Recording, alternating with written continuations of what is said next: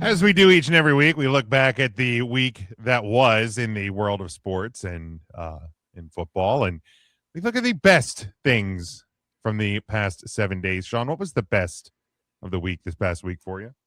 Well, it was bizarre because you had some teams that I don't know were projected to or should have won that won, and you'd think there might be a finalist there. And you had some teams that were supposed to win and did what they were supposed to do. And I just found a hard time finding it. But I mean, to be honest, as far as my honorable mention this week, the close runner up and probably the best football surprise for me of the week was the Carolina Panthers. I'm going to throw them into the hat because the Carolina Panthers, we did nothing but make fun of them, and rightfully so. You have a team that's under 500, and rightly so. But they showed that sometimes when you have a rough start to the year and you're in a battle for a division, that it's always that argument of like, I'm very adamant that teams under 500 shouldn't have a shot at a championship, but that's kind of a personal opinion. But they sort of swung me the other way where they're a division winner. You got the home game, and you know what? They put on an effort, and it's not just because of the final score. They found themselves down 14-0 early in the second quarter and just hung in there. And Bryce Young started slinging it, and I mean, they put themselves in an opportunity to win that game twice. I think they can hang their hat on that, and Lord knows what will happen going into next year with that division. But that's not too bad. But I think the real best of the week and kind of the winner of the weekend was the viewers. I feel like the lineup in general, the product that was put on television, and when you look at the scores, the two night games, Sunday night and Monday night, don't look great on the scoreboard, but they were still competitive into the fourth quarter. Whether it was sloppy football, defensive football, whatever the case, the matchups all gave viewers something to watch for 4 quarters because there's no other games to flip to. So if the game's lopsided and boring, you're stuck. You're stuck, right? So, whether you were is ESPN 8 the Ocho on? Is that right? Is that, you're trying to find something, and you didn't really have to. you didn't have to, and if you were watching football this weekend, at least you got a good show really for like 3 days. So, not too shabby. Hats off to all the teams that played. No team showed that they didn't belong there, minus maybe Pittsburgh, but I think the Texans defense may have had something to do with that. And but either way, that's my best of the week was the TV product and the quality of games were there. Yeah, honestly, I was going to be my honorable mention is for years we've been told Super Wild Card Weekend. Now the NFL doesn't like lean into the Super as much anymore, right. and again, rightly so, because it has, and rightly so. It hasn't been that, but this weekend we actually did get that, and you credit to the Panthers. We all sat here and joked about that game, about how ugly it was going to be, and I think we mockingly were like, "Oh, what if the Panthers just fuck around and find a way to win?" And then we're like sitting there on Saturday going, okay, maybe they will. Maybe they will. When Bryce Young made that fourth quarter throw, I was like, he just made $300 million. Yeah, and that's the thing, man. You have a young. And then on the next drive, I was like, maybe he didn't. Maybe not. Young head coach, young roster there, a lot of youth in Carolina, and now obviously with the coaching job open in Atlanta, and if a John Harbaugh ends up there. That may change the dynamic of that division a little bit, but depending who ends up there, I mean, Todd Bowles being brought back in Tampa, surprisingly, I think, and depending what happens with Atlanta, I mean, you have an opportunity for Carolina to build on a year of success, and Atlanta, even if it is a Harbaugh, if we just go with best case scenario for them, like. There's talent there, right? But there's a ton of holes, and there's no way Harbaugh doesn't come in or whoever gets that job and do some gutting. Like there's going to be guys that are gone, guys that are like, we don't want this guy. It doesn't fit our system. We're going to redo the defense. So the thought of them just like immediately challenging. Now it is the division to do that.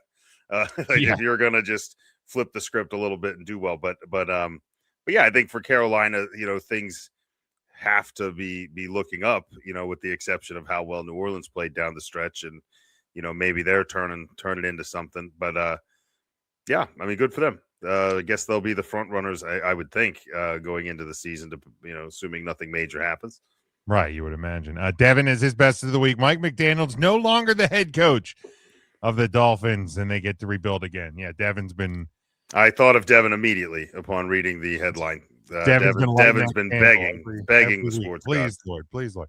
But mine, Sean, and it's certainly been kind of the social media discussion point for a couple of days, or one of them is the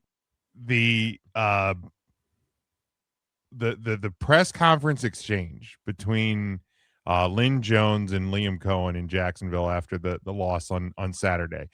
And look, I understand both sides of the argument. There's a lot of people who kind of take this hard reporter stance. And look, I've never been in that room. I'll be 100% honest. As much as I've I know sports journalists, I know people who write, and I respect their opinion.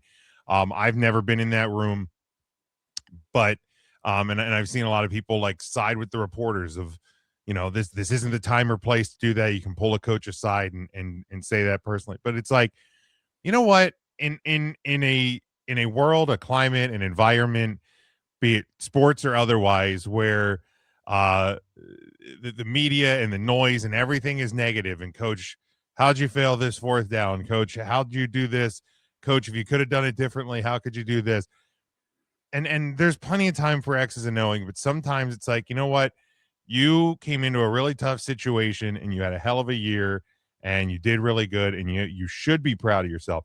I don't personally, and again, never been in the room, personally, I have no issue. I have absolutely no issue with a person being a human to another human in a moment. They have their time.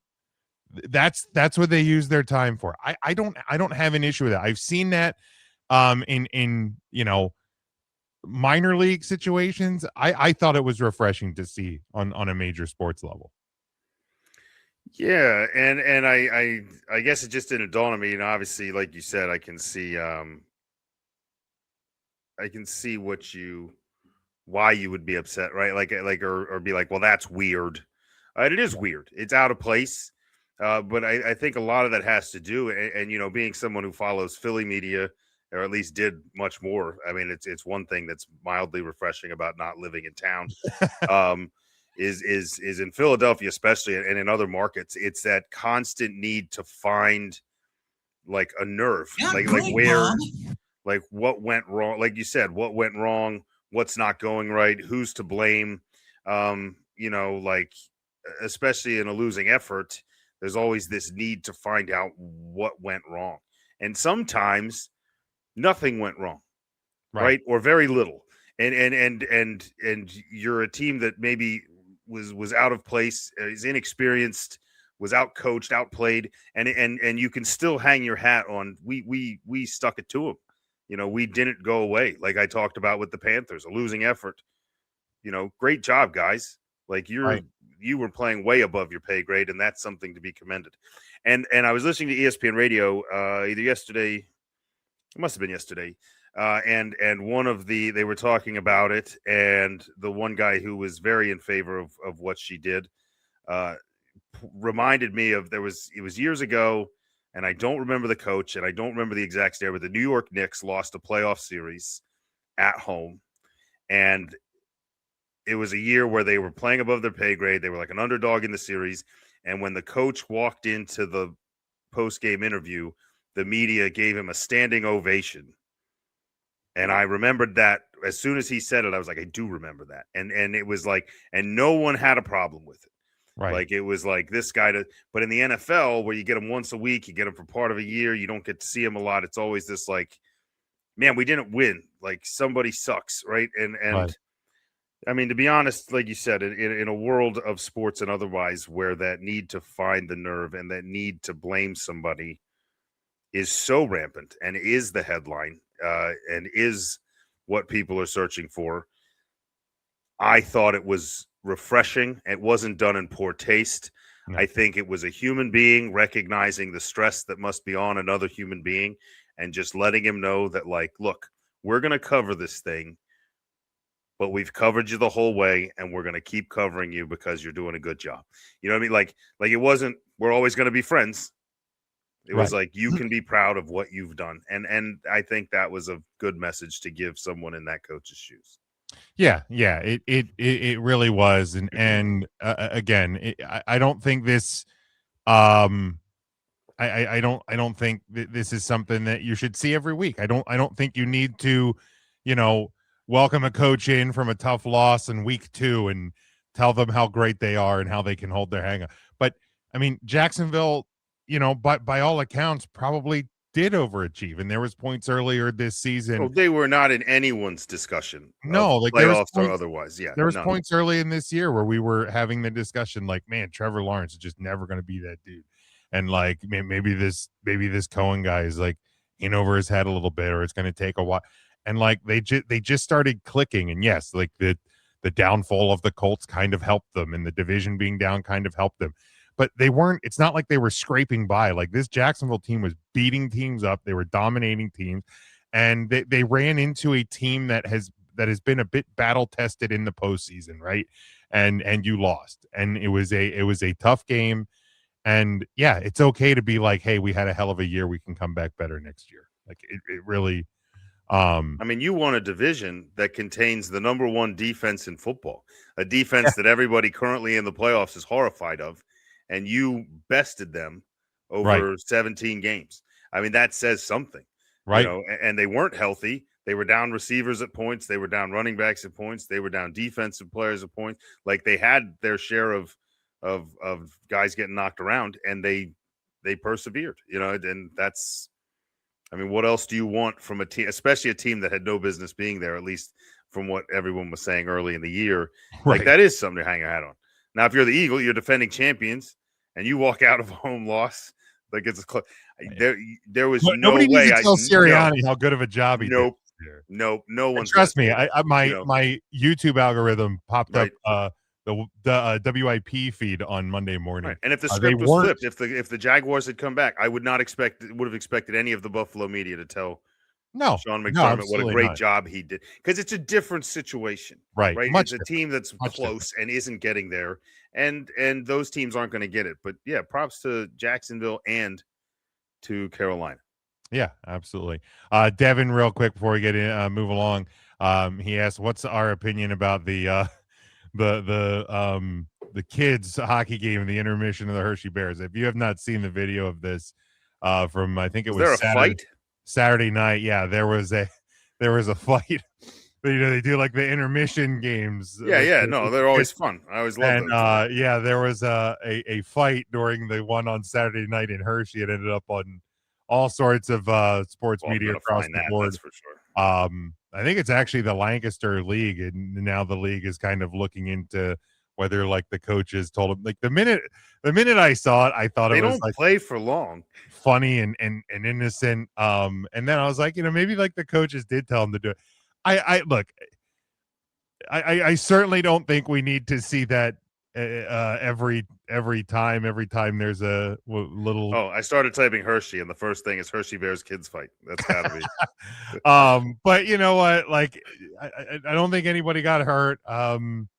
You know, probably just don't, coaches probably shouldn't encourage the kids to do that.